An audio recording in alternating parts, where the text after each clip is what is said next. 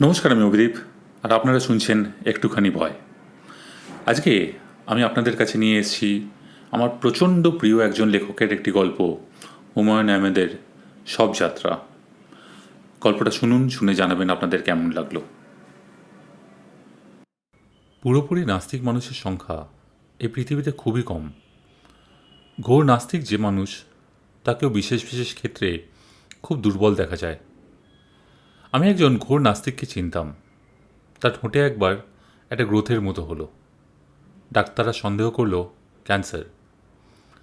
সঙ্গে সঙ্গে সেই নাস্তিক পুরোপুরি আস্তিক হয়ে গেলেন। তাহাজ্জুদের নামাজ পড়ার জন্য মসজিদে যান, মালিবাগের পীর সাহেবের মুরিদও হলেন। বায়োপসির পর ধরা পড়ল যে গ্রোথের ধরন খারাপ নয়, লোকালাইজ গ্রোথ, ভয়ের কিছু নেই, অপারেশন করে ফেলে দিলেই হবে। সঙ্গে সঙ্গে ভদ্রলোক আবার নাস্তিক হয়ে পড়লেন, ভয়াবহ ধরনের নাস্তিক। অঙ্ক করে প্রমাণ করে দিলেন যে ঈশ্বর ইকুয়ালস টু 0 এবং আত্মা ইকুয়ালস টু 0/1/2। যাই হোক, মানুষদের চরিত্রের এই দ্বৈতভাব আমাকে বিস্মিত করে না। প্রচণ্ড রকম ঈশ্বর বিশ্বাসী মানুষের মধ্যেও আমি অবিশ্বাসের বীজ দেখেছি। আমার কাছে এটাই স্বাভাবিক মনে হয়। এর বাইরে কিছু দেখলে সেটাই মনে হয় অস্বাভাবিক কিছু দেখা। আমি এরকম একজন অস্বাভাবিক চরিত্রের কথাই গল্পে বলবো। চরিত্রের নাম মোতালেব, কাল্পনিক নাম। বয়স 50 থেকে 55, ভীষণ রোগা এবং প্রায় তালগাছের মতো লম্বা একজন মানুষ, চেইন স্মোকার। মাথায় কিছু অসুবিধা আছে বলেও মনে হয়। নিতান্ত অপরিচিত লোককেও এই ভদ্রলোক শীতল গলায় বলে ফেলতে পারেন, ভাই কিছু মনে করবেন না, আপনার কথা শুনে মনে হচ্ছে আপনি একজন মহামূর্খ। মোতালেব সাহেবের সঙ্গে আমার পরিচয় এক বিয়েবাড়িতে। সেদিন বিয়েবাড়িতে একটা সমস্যা হয়েছে, কাজই পাওয়া যাচ্ছে না কিংবা এই জাতীয় কিছু। বরপক্ষীয় এবং কনেপক্ষের লোকজন বিমর্ষ মুখে ছোট ছোট গ্রুপে ভাগ হয়ে গল্প করছে। আমি একটা দলের সঙ্গে জুটে গেলাম। সেখানে জনৈক অধ্যাপক বিগ ব্যাং এবং এক্সপ্যান্ডিং ইউনিভার্স সম্পর্কে কথা বলছেন। শ্রোতারা চোখ বড় বড় করে শুনছে। ভদ্রলোক ব্ল্যাক হোল সম্পর্কে কথা বলতে শুরু করেছেন, তখন একটা নাটকীয় ব্যাপার ঘটল। রোগা এবং লম্বা একজন শুকনো মানুষ বললেন, ভাই কিছু মনে করবেন না, আপনি একজন মহামূর্খ। অধ্যাপক ভদ্রলোক নিজেকে সামলাতে কিছু সময় নিলেন। পুরোপুরি সামলাতে পারলেন না, কাঁপা কাঁপা গলায় বললেন, আপনি কি আমাকে মহামূর্খ বলছেন? জি। কেন বলছেন জানতে পারি? অবশ্যই জানতে পারেন। আপনি আপনার বক্তৃতা শুরু করেছেন ভুল তথ্য দিয়ে। বলেছেন ব্যাকগ্রাউন্ড রেডিয়েশন ধরা পড়েছে ইনফ্রারেডে, তা পড়েনি, ধরা পড়েছে মাইক্রোওয়েভে।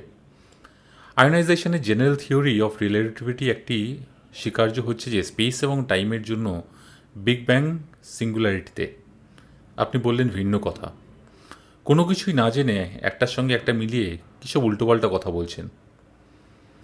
অধ্যাপক ভদ্রলোক রাগে তোতলাতে তোতলাতে বললেন, আমি তো ইউনিভার্সিটিতে ক্লাস নিচ্ছি না, একটু এদিক ওদিক হতেই পারে। বিজ্ঞান ঠাকুমার ঝুলি না যে যেভাবে ইচ্ছে সেইভাবে বলবেন। ভদ্রলোক সিগারেটের লম্বা টান দিয়ে অন্যদিকে সরে গেলেন। আমি গেলাম তার পেছন পেছন। মজার চরিত্র, কথা বলা দরকার। যতটুকু মজার চরিত্র ভেবে ভদ্রলোকের কাছে গেলাম, দেখা গেল চরিত্র তার চেয়েও মজার। ভদ্রলোকের বিষয়ে পদার্থবিদ্যা নয়, সাইকোলজি। পদার্থবিদ্যা হচ্ছে তার শখ। এই শখ মেটানোর জন্য রীতিমতো শিক্ষক রেখে অঙ্ক পদার্থবিদ্যা শিখেছেন। এই জাতীয় লোকেদের সঙ্গে সহজে বন্ধুত্ব হয় না। আমি লক্ষ্য করেছি এরা সচরাচর সন্দেহ বাতিগ্রস্ত হয়ে থাকে। এই লোকও দেখা গেল সেই রকম। একদিন বেশ বিরক্ত হয়েই বলল, আপনি দেখি মাঝে মাঝেই আমার কাছে আসেন, বিষয়টা কি বলুন তো? বিষয়ে কিছুই না। বিষয়ে কিছু না বললে তো হবে না। এ পৃথিবীতে কার্যকারণ ছাড়া কিছুই হয় না। আমি হাসি মুখে বললাম, ক্লাসিক্যাল মেকানিক্স। তাই বলে কিন্তু ভাই মোতালেব সাহেব, হাইজেনবার্গের আনসার্টেনিটি প্রিন্সিপাল আপনি ভুলে যাচ্ছেন। একটি বস্তুকে পুরোপুরি আপনি কিন্তু জানেন না।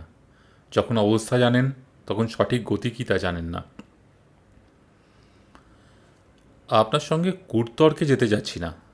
আপনি স্পষ্ট করে বলুন কী জন্য আমার কাছে আসেন। মদ্যপানের লোভে? আমি ঝামেলা এড়াবার জন্য বললাম, হ্যাঁ। ভালো কথা। আমার পিছনে অনেকেই ঘোরে এবং তাদের উদ্দেশ্য একটাই, বিনা পয়সায় মদ্যপান। তৃষ্ণার্ত মধ্যবিত্ত বাঙালি মদ্যপান করতে চায়, তবে তা নিজের বাসায় নয়, অন্যের বাসায়, যাতে স্ত্রী জানতে না পারে। নিজের পয়সায়, অন্যের পয়সায়, যাতে টাকা পয়সা খরচ না হয়। অদ্ভুত মধ্যবিত্ত। আমি বললাম, আপনি মনে হচ্ছে মধ্যবিত্তের ওপর খুব বিরক্ত। অফকোর্স বিরক্ত। মধ্যবিত্ত হচ্ছে সমাজের এক ফাজিল অংশ, আনকন্ট্রোলড গ্রুপ।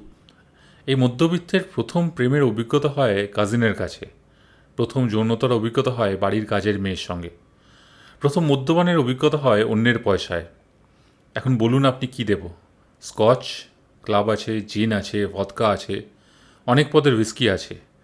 আর আপনার যদি মিক্সড ড্রিঙ্ক পছন্দ হয় তাহলে তাও বানিয়ে দেব।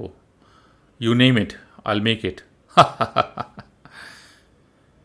কিছু মনে করবেন না ভাই, আপনাকে মিথ্যে কথা বলেছিলাম। বিনা পয়সায় মদের লোভে না, আপনার সঙ্গে পরিচিত হওয়ার লোভেই আমি আসি। তিনি বিস্মিত হয়ে বললেন, আমাকে কি ইন্টারেস্টিং ক্যারেক্টার বলে মনে হয়? হ্যাঁ।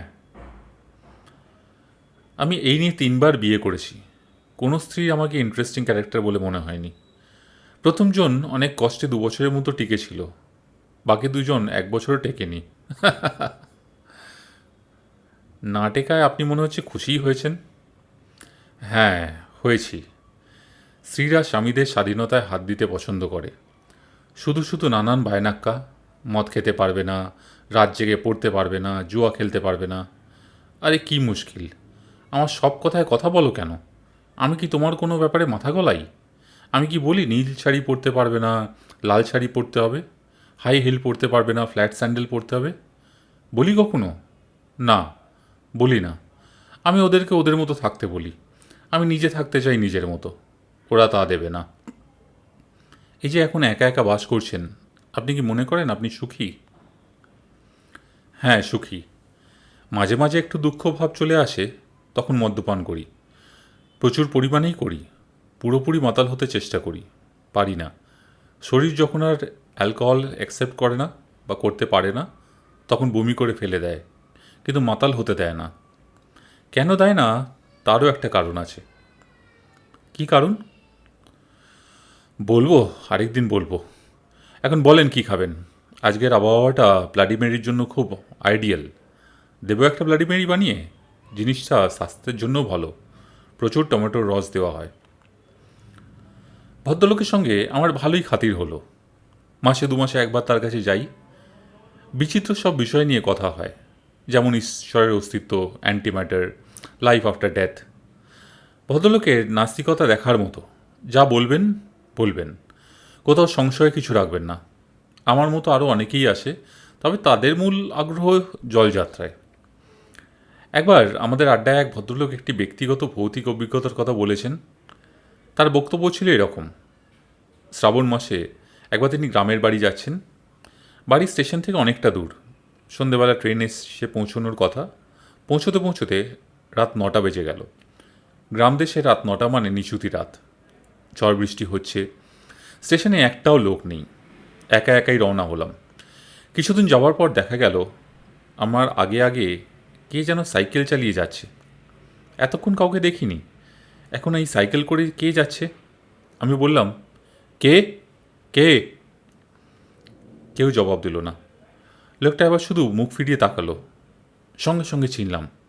যে সাইকেল আছে তার নাম পরমেশ। আমরা একসঙ্গে স্কুলে পড়েছি। বছর 3 আগে নিউমোনিয়া হয়ে মারা যায়। গল্পের এই পর্যায়ে মোতায়েব সাহেব পাঁচখাই গলায় বলেন, স্টপ! আপনি বলতে চাইছেন আপনার এক মৃত বন্ধু সাইকেল চালিয়ে আপনার পাশে পাশে যাচ্ছিল? হ্যাঁ। মনে হচ্ছে আপনাকে সাহস দেওয়ার জন্য সে আপনার সঙ্গে সঙ্গে যাচ্ছিল। হতে পারে। মোতাল সিগারেট ধরাতে ধরাতে বললেন, আচ্ছা, তর্কের খাতিরে স্বীকার করে নিলাম যে আপনার বন্ধু মরে ভূত হয়েছেন। আপনাকে সাহস দেওয়ার জন্য আপনার সঙ্গে সঙ্গে যাচ্ছেন। এখন সমস্যা হলো সাইকেল। একটা সাইকেল মোড়ে সাইকেল ভূত হবে না। যদি না হয় তাহলে আপনার ভূত বন্ধু সাইকেল পেল কোথায়? যিনি গল্প করেছিলেন তিনি থমকে গেলেন। মোতালেব সাহেব বললেন, স্বীকার করলাম অবশ্যই তর্কের খাতিরে যে মানুষ মোড়ে ভূত হতে পারে, তাই বলে কাপড় মোড়ে তো কাপড় ভূত হবে না। আমরা যদি ভূত দেখি তাদের ন্যাংটো দেখা উচিত। ওরা কাপড় পাবে কোথায়? সবসময় দেখা যায় ভূত একটা সাদা কাপড় পরে থাকে। এর মানে কি? মজার ব্যাপার হচ্ছে, এই ঘোর নাস্তিক প্রচণ্ড যুক্তিবাদী মানুষের কাছে থেকে আমি অবিশ্বাস্য একটা গল্প শুনি। যেভাবে গল্পটা শুনেছিলাম অবিকল সেইভাবেই বলছি। গল্পের শেষে মোতালেব সাহেব কিছু ব্যাখ্যা দেওয়ার চেষ্টা করেছিলেন। অপ্রয়োজনীয় বিধেয় সেই ব্যাখ্যা আমি দিচ্ছি না। বৈশাখ মাসের এই ঝড় বৃষ্টির সন্ধ্যায় মোতালেব সাহেব গল্প শুরু করলেন। এই যে ভাই লেখক, ইন্টারেস্টিং অভিজ্ঞতার একটা ঘটনা শুনবেন? একটা কন্ডিশনে ঘটনাটা বলতে পারি।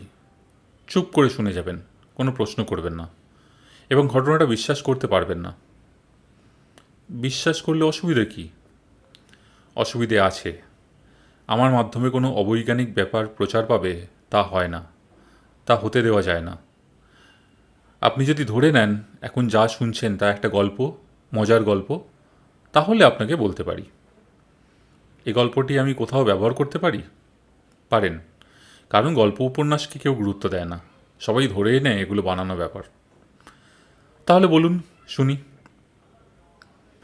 ভদ্রলোক পরপর 4 পেগ মদ্যপান করলেন। তার মদ্যপানের ভঙ্গিও অদ্ভুত। ওষুধের মেজারিং গ্লাস ভর্তি করে হুইস্কি নেন, এক ফোঁটাও পানি মেশান না, ঢক করে পুরোটা মুখে ফেলে দেন, কিন্তু গিলে ফেলেন না। কুলকুচো মতো শব্দ করে তারপর একসময় ঘোঁত করে গিলে ফেলে বলেন, কেন যে মানুষ এই ছাইপাশ খায়, বলেই আবার খানিকটা নেন। যাই হোক, ভদ্রলোকের জবানবন্দিতে মূল গল্পে যাচ্ছি। তখন আমার বয়স 24। MA পাস করেছি। ধারণা খুব ভালো রেজাল্ট হবে, বিশ্ববিদ্যালয়ের টিচার হিসেবে এন্ট্রি পেয়ে যাব। তা হয়নি। MA রেজাল্ট খুবই খারাপ হলো। কেন হলো তা কিছুতেই বুঝতে পারছি না। পরীক্ষা ভালোই দিয়েছি। একটা গুজব শুনতে পাচ্ছি জনৈক অধ্যাপক রাগ করে আমাকে খুব কম নম্বর দিয়েছেন। এই গুজব অমূলক নাও হতে পারে। অধ্যাপকদের সঙ্গে আমার সম্পর্ক ভালো না। দু একজন আমাকে বেশ পছন্দ করেন, আবার কেউ কেউ আছেন আমার ছায়াও সহ্য করতে পারেন না। যা বলছিলাম, রেজাল্টের পর মনটা খারাপ হয়ে গেল। বাবা খুব রাগারাগি করলেন, হিন্দি ভাষায় বললেন, নিকালো, আবেই নিকলো। আমি ঠান্ডা গলায় বললাম, চলে যাচ্ছি, হিন্দি বলার দরকার নেই। এই বলেই সুটকেস গুছিয়ে বের হয়ে পড়লাম। আমি খুবই সচ্ছল পরিবারের ছেলে, কাজেই খালি হাতে ঘর থেকে বের হলাম না। বেশ কিছু টাকা সঙ্গে নিয়ে বের হলাম। কোথায় যাচ্ছি কাউকে বলে গেলাম না। সঙ্গে এক গাদা বই, বিশাল একটা খাতা, 1 ডজন বল পয়েন্ট পেন। সেই সময় আমার লেখালেখির বাতিক ছিল। একটা ডিটেকটিভ উপন্যাস শুরু করেছিলাম, যে উপন্যাসের মূল ডিটেকটিভ খুন করে। ইন্টারেস্টিং গল্প। যাই হোক, বাড়ি থেকে বের হয়েও খুব একটা দূরে গেলাম না। একটা হোটেল ঘর ভাড়া করে রইলাম। দেখি সেখানে কাজ করার খুব অসুবিধা, সারাক্ষণ হইচই হচ্ছে। কিছু কিছু কামরায় রাত দুপুরে মদ খেয়ে মাতলামিও করে, মেয়ে ছেলে নিয়ে আসে। হোটেল ছেড়ে দিয়ে শহরতলিতে একটা বেশ বড় বাড়ি ভাড়া করে বসলাম। এক জজ সাহেব শখ করে বাড়ি বানিয়েছিলেন। তার শখ হয়তো এখনও আছে, ছেলে মেয়েদের শখ মিটে গেছে, এ বাড়িতে কেউ আর থাকতে আসে না। একজন কেয়ারটেকার কাম মালি কাম দারোয়ান আছে, বাড়ির পুরো দায়িত্ব তার। লোকটিকে দেখেই মনে হয় ভদ্রলোক। আমাকে যে বাড়ি ভাড়া দিয়েছে মনে হচ্ছে নিজ দায়িত্বে দিয়েছে। ভাড়ার টাকা মালিকের কাছে পৌঁছবে বলে মনে হলো না। ওটা নিয়ে কথা, সেটা থাকতে পারলেই হয়। নিরিবিলি বাড়ি, আমার খুবই পছন্দ হলো। লেখালেখির জন্য চমৎকার। কেয়ারটেকারের নাম ইয়াকুব, বয়স 45-এর কাছে। রিপালসিভ ধরনের চেহারা, তবে গলার স্বরটা অতি মধুর। আমি একাই এ বাড়িতে থাকবো শুনে সে বিস্মিত গলায় বলল, স্যার কি সত্যিই একা থাকবেন? হ্যাঁ। বিষয়টা কি? বিষয় কিছু না, পড়াশোনা করব, লেখালেখি করব। আর খাওয়া দাওয়া হোটেল এখানে পাবেন কোথায়? সেই যদি শহরে যান, 5 মাইলের ধাক্কা। রান্না করে দেবে এমন কাউকে পাওয়া যাবে না? টাকা পয়সা দেব? আপনি বলেন আমি রাঁধব, খেতে পারবেন কিনা সেটা হলো কথা। পারবো, খাওয়া নিয়ে আমার কোনো খুঁতখুঁতানি নেই। আরেকটা জিনিস বলে রাখি স্যার, মুরগি ছাড়া কিন্তু কিছু পাওয়া যায় না। হাট বাজারে মাছ টাছ পাওয়া যায়, হাটবার দেরি আছে। আর চালটা স্যার একটু মোটা আছে। আপনার নিশ্চয়ই চিকন চাল খেতে অভ্যাস। চিকন চাল খেতে অভ্যাস ঠিকই, কিন্তু মোটা চাল খেতে অসুবিধা হবে না। তবে ভাত যেন শক্ত না হয়, শক্ত ভাত খেতে পারি না। দেখা গেল লোকটা রান্নায় দ্রৌপদী না হলেও তার কাছাকাছি। দুপুরে খুব ভালো খাওয়ালো, রাতেও নতুন নতুন পদ করলো।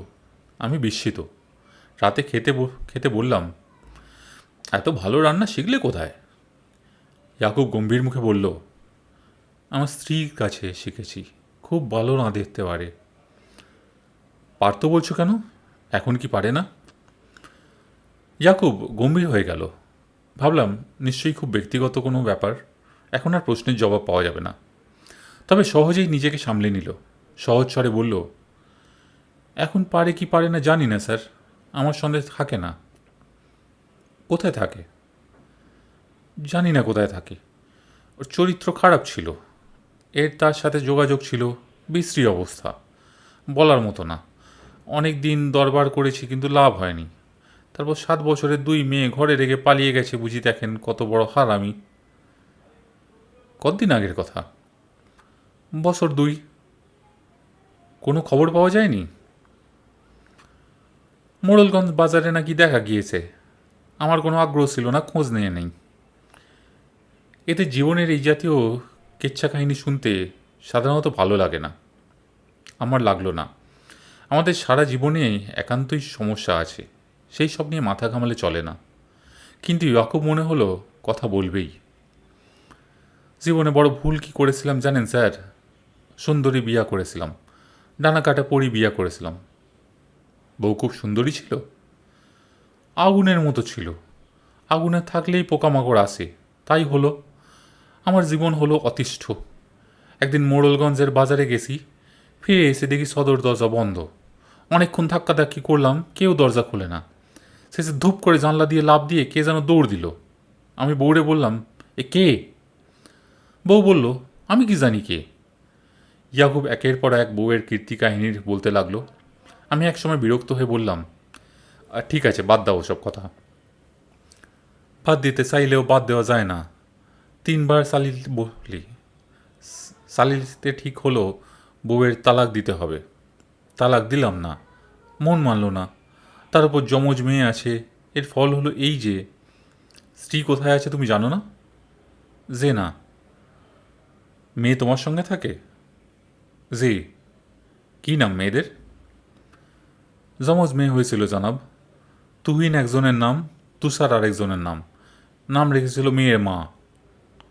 ভালো, খুব ভালো। কোনো কিছু দরকার লাগলে এদের বলবেন, মেয়েরা এখানেই থাকে, ডাক দিলেই আসবে। না, আমার কিছু লাগবে না। বিরক্ত করলেও বলবেন, থাবড়া দিয়ে গাল ফাটিয়ে দেবেন। মেয়েগুলি বেশি সুবিধা হয় নাই, মায়ের খালিস তো পেয়েছে। সারাদিন সাজগোজ, এই পায়ে আলতা, এই ঠোঁটে লিপস্টিক। স্কুলে পড়ে না? আরে দূর, পড়াশোনা, এরা যায় আর আসে। মেয়ে দুটিকে আমার অবশ্যই খুব পছন্দ হলো। দুজনই হাস্যমুখী, সারাক্ষণ হাসছে, সবসময় সেজেগুজে আসে, কাজেরও খুব উৎসাহ। যদি বলি, এই 1 গ্লাস পানি দাও তো, অমনি ছুটে যাবে। দুজনেই দুহাতে দুটো পানি ভর্তি গ্লাস নিয়ে চলে আসবে, বলবে, চাচা আমারটা নেন, চাচা আমারটা নেন। 8 গ্লাস পানি খেয়েই যেখানে চলতো সেখানে বাধ্য হয়ে 2 গ্লাস খাই, যাতে মেয়ে দুটোর কোনো কষ্ট না পায়। স্নেহ নিম্নগামী। যতদিন যেতে লাগলো বাচ্চা দুটিকে আমার ততই পছন্দ হতে লাগলো। ছোটোখাটো কিছু উপহার কিনে দিলাম, দুজনের জন্য 2টো রিং পেন্সিল সেট, ছোট ছোট আয়না। যাই পায় আনন্দে লাফায়, বড় ভালো লাগে দেখতে। ওই বাড়িতে দেখতে দেখতে 11 দিন কেটে গেল। 12 দিনের দিন একটা ঘটনা ঘটল। ঘটনাটা বলার আগে পারিপার্শ্বিক অবস্থার একটা বর্ণনা দিয়ে নিই। আমার বাড়িটা পশ্চিমমুখী। বাড়ির সামনে এবং পেছনে আমন ধানের মাঠ, বাড়ির ওপারে জংলা ধরনের জায়গা। একসময় নিবিড় বাঁশবন ছিল, এখন পাতলা হয়ে গেছে। দক্ষিণে উকিল বাড়ির বিশাল বাগান, সেই বাগানে আম, জাম, লিচু থেকে শুরু করে আতা ফলের গাছ পর্যন্ত আছে। একজন বেটে খাটে দাড়িওয়ালা মালি সেই বাগান পাহারা দেয়। আমার সঙ্গে দেখা হলেই গভীর বিনয়ের সঙ্গে জানতে চায়, স্যার শরীরটা কি ভালো? ঘুমের কোনো ডিস্টার্ব হয় না তো? আমি প্রতিবারই বিস্মিত হয়ে বলি, ঘুমের ডিস্টার্ব হবে কেন? শহরের মানুষ হঠাৎ গ্রামে আইসলেন, এই জন্যই জিগাই। আমার ঘুম, খাওয়া দাওয়া কোনো কিছুতেই কোনো অসুবিধা হচ্ছে না।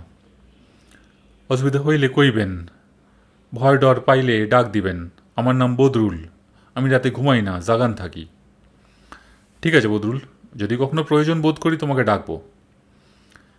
11 দিনের দিন প্রয়োজন বোধ করলাম। দিনটা সোমবার। সকাল থেকে মেঘলা ছিল, দুপুর থেকে তুমুল বর্ষণ শুরু হলো। এর মধ্যে ইয়াকুব এসে বলল, স্যার, একটা বিরাট সমস্যা। তুহিনের গলা ফুলে কি যেন হয়েছে, নিঃশ্বাস নিতে পারছে না। ওকে তো স্যার ডাক্তারের কাছে নেওয়া দরকার। আমি তৎক্ষণাৎ মেয়েটাকে দেখতে গেলাম। খুবই খারাপ অবস্থা। শুধু গলা না, সমস্ত মুখ ফুলে গেছে। কি কষ্টে যে নিঃশ্বাস নিচ্ছে সে কে জানে। মেয়েটার শরীর এত খারাপ, অথচ এরা আমাকে কিছুই বলেনি। আমার মনটা খারাপ হয়ে গেল। আমি বললাম, এই মুহূর্তে দেরি করো না, এক্ষুনি ওকে নিয়ে যাও হাসপাতালে। স্যার, আপনার খাওয়া দাওয়া? আমার খাওয়া দাওয়া নিয়ে তোমাকে কিচ্ছু চিন্তা করতে হবে না। চাল ফুটিয়ে নিতে পারবো, একটা ডিমও ভেজে নেব। তুমি দেরি করো না। আমি ইয়াকুবকে কিছু টাকাও দিলাম। সে ঘণ্টাখানেকের মধ্যে দুই মেয়েকে একটা গরুর গাড়িতে তুলে রওনা হয়ে গেল। আমার বুকটা ছ্যাঁত করে উঠল। কেন যে মনে হলো মেয়েটা বাঁচবে না। আমি থাকি দোতলার দক্ষিণমুখী একটা ঘরে। ঘরটা বিশাল, দুদিকে জানলা আছে। আসবাবপত্র বলতে পুরনো একটা খাট, খাটের পাশে লেখার টেবিল।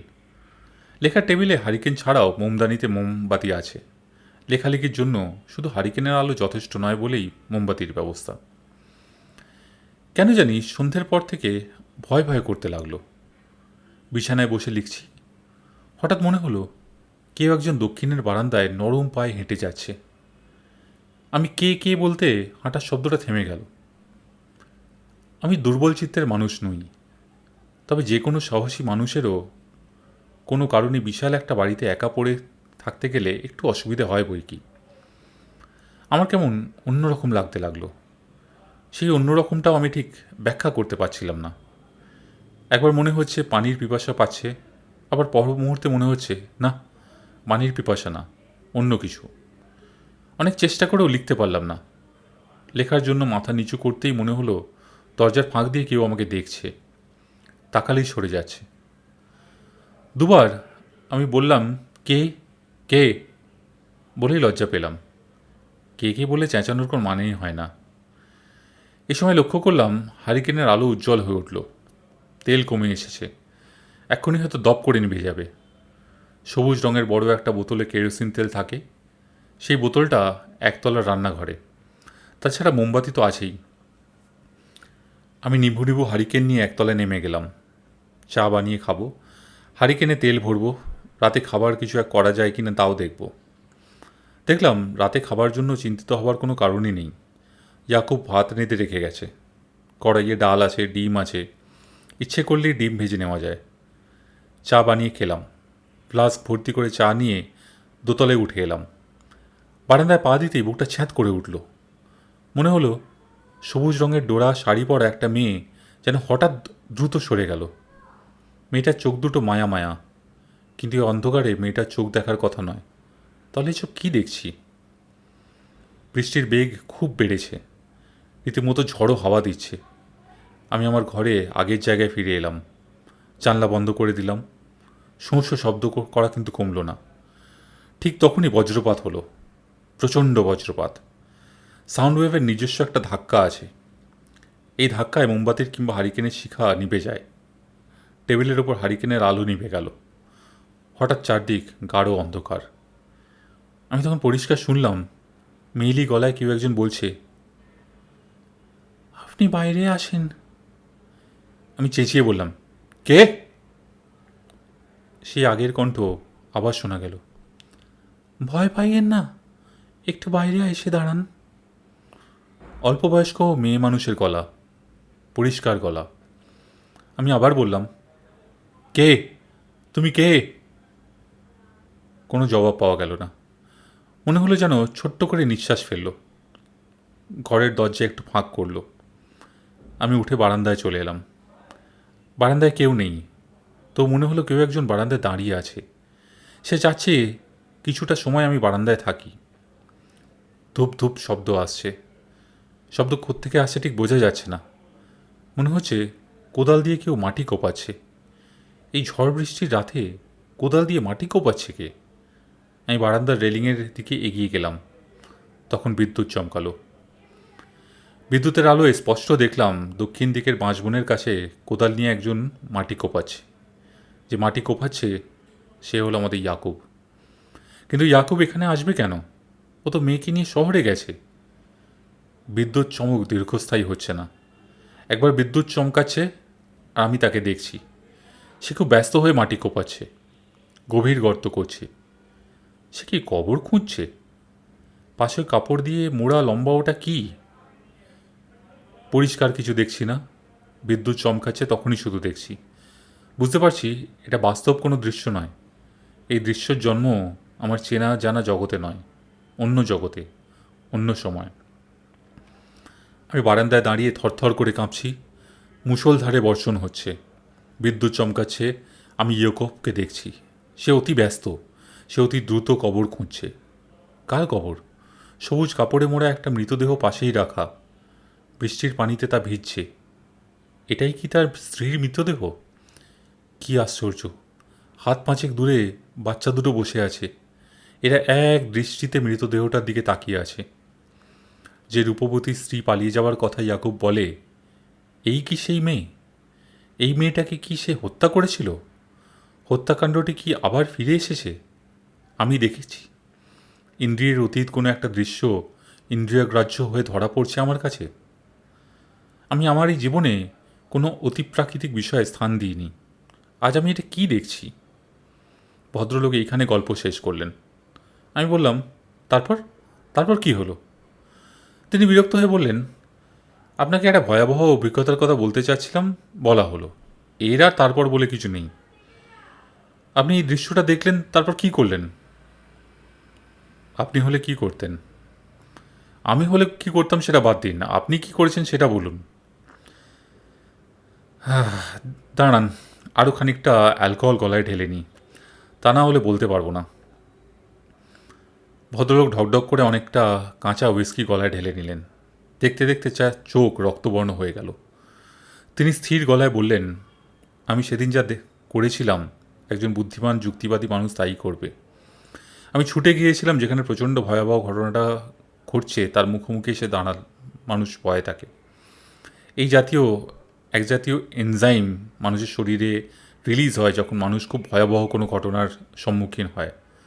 তখন প্রচুর গ্লুকোজ ভাঙতে শুরু করে। মানুষ শারীরিক শক্তি পায়, ভয় কেটে যায়। আমার কোনো ভয় ছিল না। আমি দ্রুত গেলাম ওই জায়গায়।